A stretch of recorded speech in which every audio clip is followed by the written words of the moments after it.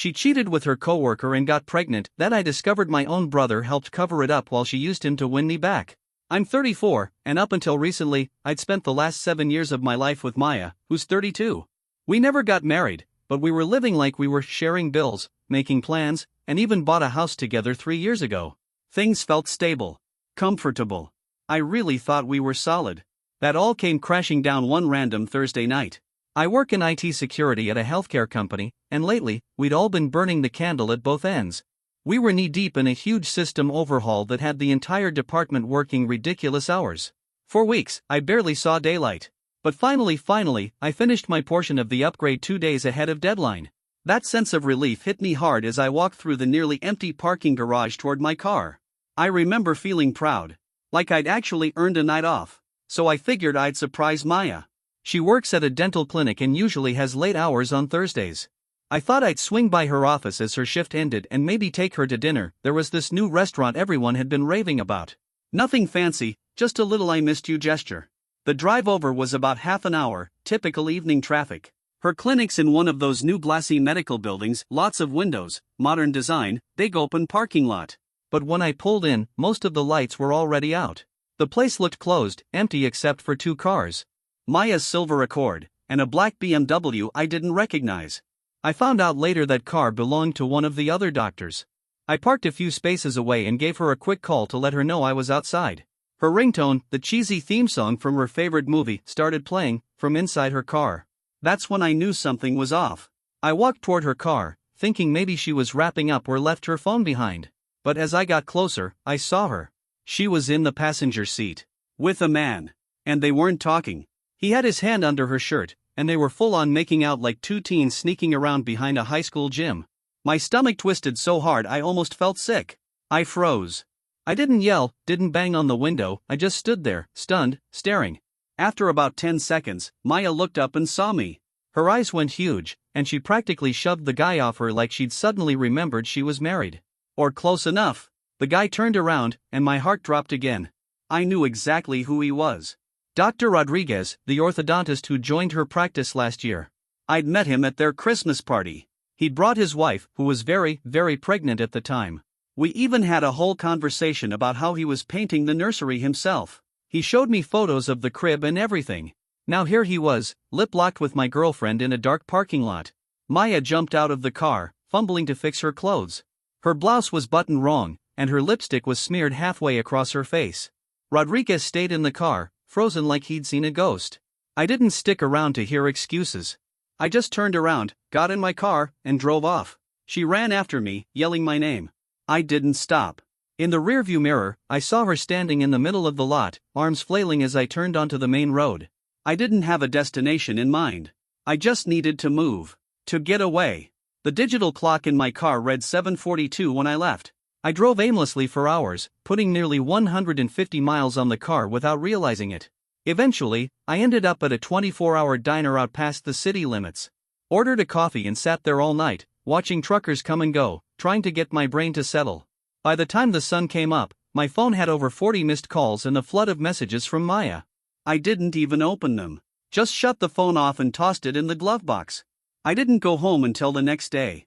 When I pulled into the driveway, she was sitting on the front steps, still wearing the same clothes. Her face was streaked with dried mascara and tears, and she looked like she hadn't slept. The second I got out of the car, she rushed toward me like she was going to hug me. I stepped back. She started in right away, how it was a mistake, how it didn't mean anything, how it only happened a few times, like that somehow made it better. I didn't say a word. Just walked past her into the house and started packing. She followed me through the place like a shadow, begging me to talk, to listen. It was stupid. I was stupid. Please just hear me out, she kept saying as I grabbed clothes and shoved them into a duffel bag. I took my toiletries from the bathroom, my laptop from the office, and anything else I thought I'd need. When I tried to leave, she stood in front of the front door, asking where I was going, when I'd be back, if we could talk like adults. I didn't even respond. Just slipped out through the side door. I crashed at my buddy Jake's place for the next week. I told him I needed some space from Maya but didn't give him details. He didn't ask. Just handed me a key and cleared off the couch. Every day was the same. I'd go to work, then come back and lay there, staring at the ceiling until morning. Maya kept calling, kept emailing. She even came by my office. People started to notice. My coworkers were shooting me side glances, and eventually, my boss pulled me aside and asked if things were okay at home. I told him Maya and I were having issues and left it at that. A week in, I got a call from my older brother, Tim. He's 3 years older than me and works as a physical therapist across town. We've always been close, even if he can be a bit of a hard ass. He told me Maya had reached out to him and explained everything. She wanted him to talk to me, convince me to come home. Tim suggested I stay at our parents' house for a while. They were on a 3-week cruise for their 40th anniversary, so the place was empty. I said okay. Jake's couch was wrecking my back, and I needed time to think. When I pulled up, Tim was already there. He'd brought a 6-pack of my favorite craft beer, and we sat out on the porch together as the sun went down. We didn't talk much. Just drank in silence. After a while, he finally asked if I was going to try working things out with Maya. I told him flat out I was done. 7 years, over. He nodded and said he understood. But then he shifted gears and told me I should at least give her a chance to explain. Said people mess up. That relationships take effort. That everyone deserves one chance to make it right. That threw me off. Tim has always been the guy who plays it tough. When his college girlfriend cheated on him, he cut her off completely. Changed his number, blocked her on everything, even dropped a class to avoid seeing her. He always said cheating was unforgivable. Period. Now here he was telling me to maybe let it go? It didn't add up. I drained my beer and stood up. Told him I needed sleep before he could launch into another speech. As I headed inside, he called after me, "Just think about it, man. Don't throw away 7 years without even talking to her." I didn't say anything. Just shut the door behind me. The next day, I called a lawyer to start figuring out how to divide the house. Since we weren't married, we'd need to sort out the ownership details. The lawyer recommended trying mediation instead of going straight to court. I told him I'd consider it. That evening, Tim stopped by again, this time with Thai takeout from my favorite spot. He brought up Maya again. Said she was devastated, truly sorry, that what we had was worth saving. He reminded me that I'd once forgiven him for crashing my car back in college. Said this was just another mistake, something we could get past. I looked him dead in the eye and asked why he was pushing this so hard. He shrugged and muttered something vague about second chances. Then he changed the subject. I let it slide, but it kept bugging me. A few days later, he came over to drop off groceries and stayed to watch a basketball game. At one point, he stepped out to grab food, leaving his laptop open on the coffee table. Mine had been acting up all day, and I had a work email that couldn't wait. Before Tim walked out to pick up our food, I asked if I could use his laptop. "Yeah, sure, whatever you need," he said, tossing me the password without a second thought. I wasn't planning to snoop. I just needed to log into my email real quick. But as soon as I opened his browser, a message notification popped up. It was a text from Maya. I hesitated. I knew it wasn't mine to read. But something in me couldn't look away. So I clicked. And that's when everything started unraveling. Maya and Tim had been texting. Not just recently, this had been going on for weeks. And the worst part? It started before I even found out about the affair. As I scrolled back, I found the trigger. One of Tim's friends had apparently spotted Maya and Dr. Rodriguez together about 6 weeks earlier at a hotel bar clear across town. The guy had snapped a photo and sent it to Tim. And in that photo, Maya was practically in the guy's lap. His arm was around her waist. Her hand was on his thigh. They weren't having drinks as co-workers, they looked like a couple on a date. Tim had that picture. He saw it. And instead of telling me, he went straight to Maya. According to the texts, she didn't even deny it. She admitted they'd been sleeping together. But she fed Tim the same garbage she tried to feed me later, that it was just physical, that it didn't mean anything. She swore she'd end it. She begged him not to tell me. And he agreed. For 6 weeks, my own brother walked around pretending everything was normal. He watched me book a romantic weekend with Maya. Came with me when I picked out a necklace for her birthday, one I spent nearly $1,000 on. He sat across the table from us at family dinners, listening to us talk about our future. And all the while, he knew. But it didn't stop there. Even after I caught her and moved out, they kept texting. Maya was working him hard at playing the guilt card, using emotional manipulation, anything she could think of to get him to convince me to come back. And he was helping her. He told her what to say, when to reach out, when to back off so I'd start missing her. There were pages of messages, him coaching her, updating her on my mood, promising her he was wearing me down. Then I found the worst message of all. Maya told him she might be pregnant, and she wasn't sure who the father was. She said the timing was messy, it could be me, or it could be Rodriguez. But either way, She wanted Tim to pressure me to come back. A baby changes everything, she wrote. He won't walk away from his own child. I stared at that screen like it was some sick joke. By the time I closed the laptop, I was trembling. I grabbed my keys and left. I drove around with no destination in mind, just trying to wrap my head around what I'd read. My girlfriend of 7 years had cheated on me. My brother knew about it and kept it secret. Now there was a possible pregnancy, and I didn't even know if the baby was mine. When I finally came back, Tim was in the kitchen making dinner like it was any other night. I put his laptop down on the counter and looked at him. "You got anything you want to tell me?" He froze. Color drained from his face like he'd seen a ghost. He started stumbling through excuses, said he thought Maya was going to end it, that he didn't want to hurt me, that he just wanted to protect the family.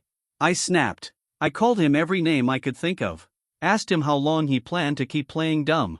If he ever even had my back, or if he'd always been spineless. I told him it felt like he'd been watching me drown while holding a life preserver in his hands and choosing not to throw it. He tried again to explain, said he genuinely believed Maya was going to stop seeing Rodriguez, that he hadn't known what to do. "You had 6 weeks, I shouted. 6 weeks where you could have told me. 6 weeks where you let me keep believing in a lie. You sat at Mom's birthday and watched me toast to Maya, watched me raise a damn glass to a woman who was cheating on me. You said nothing." We were still yelling when the doorbell rang. It was Maya. Tim had invited her over behind my back. She stepped inside, mascara still smeared, eyes puffy, and holding a small bag from the pharmacy. She didn't even say hi. Just walked straight over to the coffee table, pulled out a pregnancy test, and set it down. "It's positive." "It's yours," she said, like that was supposed to magically fix everything. I laughed. I actually laughed in her face. "How the hell do you even know it's mine?" She looked like I'd slapped her. Then admitted they hadn't always used protection, but said the timing made it likely that the baby was mine. Claimed she had ended things with Rodriguez and tried to show me texts as proof. I told her I didn't care. Even if the baby was mine, I wasn't coming back. I said I'd take a paternity test when the time came, and I'd do right by the kid if it was mine. But her and me? We were done. The house was getting sold, everything split down the middle. 7 years or not, it was over. She broke down sobbing, and that's when Tim stepped in again, trying to make me feel like the villain. Said I was being cold, that I was making a mistake out of anger, that I'd regret this later, especially now with a baby involved. The way he spoke, like I was the one who'd messed everything up, pushed me over the edge. So I pulled out my phone and showed Maya the texts I'd read on Tim's laptop. I told her I knew. I knew they'd both been working behind my back, feeding each other lies, trying to manipulate me. Then I turned to Tim and said what needed to be said. Our relationship as brothers was just as broken as whatever Maya and I used to have. I told them both to get out. And they left. But of course, that wasn't the end of it. Tim ran straight to our parents and told them everything, his version, anyway. Made himself sound like the peacemaker. Said he was just trying to help, trying to hold things together. When Mom and Dad got back from their anniversary cruise, I was still staying in the guest room at their place. First morning back, Mom caught me in the kitchen. She told me right to my face that I should give Maya another chance. For the baby, she said. Everyone makes mistakes. You shouldn't throw away a 7-year relationship over one. I couldn't believe what I was hearing. My own mother, siding with Maya before even hearing my side of things. I pressed her. Asked where this was coming from. And that's when she admitted it. Tim had been calling them during the cruise. Giving them updates. Telling them how sorry Maya was, how things were complicated now that she was pregnant. He never told them he'd known for weeks. Never mentioned the part where he'd kept it from me. That was it. I was done. I decided to put all the cards on the table. I invited everyone over, my parents, Tim, Maya, and even Maya's parents. I think they all assumed it was going to be a reunion. Mom even brought champagne. Instead, I laid it all out. I walked them through every message. Showed them the texts between Maya and Tim, both before I found out and after. Showed the photo of Maya at the bar with Rodriguez. Explained how long the affair had really been going on. How it wasn't just a stupid mistake like Maya had claimed. Maya's dad, who always treated me like a son, looked absolutely crushed. He didn't say a word. Just stared at her like he didn't recognize her. My own dad sat silent, jaw clenched, the vein in his temple bulging. Mom tried to justify herself, said she just wanted what was best for the baby. But even she couldn't defend it after seeing all the proof. Tim tried to play the middle again. Said he felt stuck, like he was doing his best. But Maya's mom called him out right there. If you were doing your best, she said, you would have told your brother the truth the moment you knew. By the end of that night, Maya was in tears. Tim was sulking. Everyone else was just quiet, trying to absorb what they'd heard. Before they left, Maya's parents came over and apologized to me. My dad pulled me aside and told me he was proud of how I handled it. My mom hugged me and said she was sorry for not being there from the start. Over the next few weeks, I hired a lawyer and officially began the process of selling the house. The damage was done. There was no going back. After everything blew up, Maya went back to live with her parents for a while. Tim, meanwhile, started acting like nothing had happened. He tried to make peace, bringing over dinner, offering to help with the house sale, even suggesting we hang out and watch the game like old times. I kept my distance. I told him I needed time, but truthfully, I didn't know if I'd ever see him the same way again. Then I did something I knew needed to be done. I found Rodriguez's wife online and sent her a message. She had a right to know. I told her everything, what I saw, what I knew, and even sent her the photo that Tim's friend had taken at the hotel bar. I said I'd answer any questions she had. She thanked me, though I could tell her world was likely falling apart just like mine had. In the meantime, I started apartment hunting. I wanted something closer to work, clean slate, no history. Update, a few months later. A lot has changed since I last shared anything. First, the paternity test results came back. The baby isn't mine. Rodriguez is the father.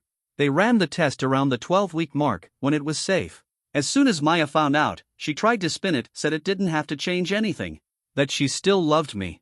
That we could get through it. I said no. The house sold fast, and we split the proceeds as outlined in our purchase agreement. I paid off my car and saved the rest.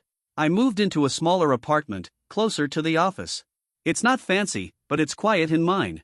I filled it with new furniture, donated most of my old stuff, and focused on building a life that didn't include her. Rodriguez's wife filed for divorce and hit him hard in court. She'd already had her suspicions, my info just confirmed them. She reached out again to thank me. She's doing okay now, all things considered. Their baby is healthy. Maya tried to make things work with Rodriguez after I walked away, but apparently, he wasn't interested in being with her. He pays child support, and that's about it. Her parents are helping her raise the baby. She still texts me from time to time. At first, it was paragraphs, how much she missed me, how she'd thrown away the best thing she ever had. I never replied. Now it's mostly random life updates. Things I never asked for and don't care about. I've thought about blocking her, but honestly, her messages don't even register anymore. As for Tim, our relationship never fully recovered. He apologized again and again. But some things don't just heal with time. After I confronted him about hiding the affair, he finally stopped bringing Maya up. Now, when we run into each other at family events, we stick to sports, work, small talk. Nothing meaningful. My mom's been trying to mend things in her own way. She sends care packages to my new place, calls just to check in. Last week, she helped me pick out a coffee table, never once mentioned Maya, or suggested I keep anything from the old house. My dad's been steady. Calls once a week, no pressure. Just asks how I'm doing. He even started inviting me fishing again. We hadn't done that since college. Last month, we spent a weekend out at the lake where he taught me to fish as a kid. We didn't talk much, just sat in the quiet. When we did talk, it wasn't about Maya. Or Tim. Unless I brought them up. Looking back, I don't regret walking away. Sure, it hurt. And yeah, I was angry for a long time. But over time, that pain settled into something else. I guess, clarity. I'm grateful, in a strange way. Grateful I found out the truth before marriage, before kids, before my entire life was tied to someone who couldn't be honest with me. Life goes on. Work is good. My new place feels like home now. 1 year later. It's been a full year since all of it went down, and I thought I'd share one last update. Maya's baby is now 6 months old. Rodriguez pays child support, but from what I hear, he only sees the kid about once a month, for a couple hours. That's the extent of his involvement. Maya still tries to stay in contact. She sent me pictures of the baby, which honestly just feels weird. We're not in each other's lives. Why keep that going? I finally changed my number last month. Hopefully, that closes the door for good. But the biggest twist came 3 months ago. Tim showed up at my apartment, unannounced. He looked nervous, fidgety, couldn't keep eye contact. After a few minutes of small talk, he came clean. Years ago, before Maya and I ever moved in together, he slept with her. He said it was a one-night stand, after some party, while I was away on a work trip. According to him, it was a mistake. Something they both agreed to bury and pretend never happened. He claimed that was the real reason he didn't tell me about Rodriguez. Because deep down, he felt just as guilty. Said he didn't think he had the right to call her out when he'd betrayed me first. I didn't scream. Didn't throw anything. I just sat there and let the weight of that truth settle in. When he finished, I asked him to leave. He protested, said we needed to talk about it, but I stood up and opened the door. Waited until he walked out. I haven't spoken to him since. He's tried texting, calling. I haven't answered. Our parents know something happened, but they don't know the details. Apparently, Tim hasn't found the guts to tell them the truth. At Thanksgiving, Mom sat us on opposite ends of the table. Tim kept trying to make eye contact, but I ignored him, spent dinner catching up with my cousins and playing with the kids. After dessert, he followed me into the hallway and asked again if we could talk. I told him there was nothing left to say. He said it was one mistake, a long time ago. That he's been carrying the guilt ever since. That he deserved forgiveness. I walked away. The next day, my dad called. He didn't pry. Didn't ask for details. He just said, "Whatever's going on between you and your brother, let it stay between you two." Then he invited me out fishing. We sat out on the water, just the two of us. After a while, I told him everything, what Tim did, how long it had been hidden, and how much it changed everything I thought I knew. He didn't interrupt, just listened. When I finished, he let out a long breath, cast his line into the lake, and sat quietly. Finally, he said, "Family's messy. You don't have to forgive him today. Or tomorrow. Maybe not ever. But don't let his mistakes poison the rest of your life." And I've been thinking about that ever since.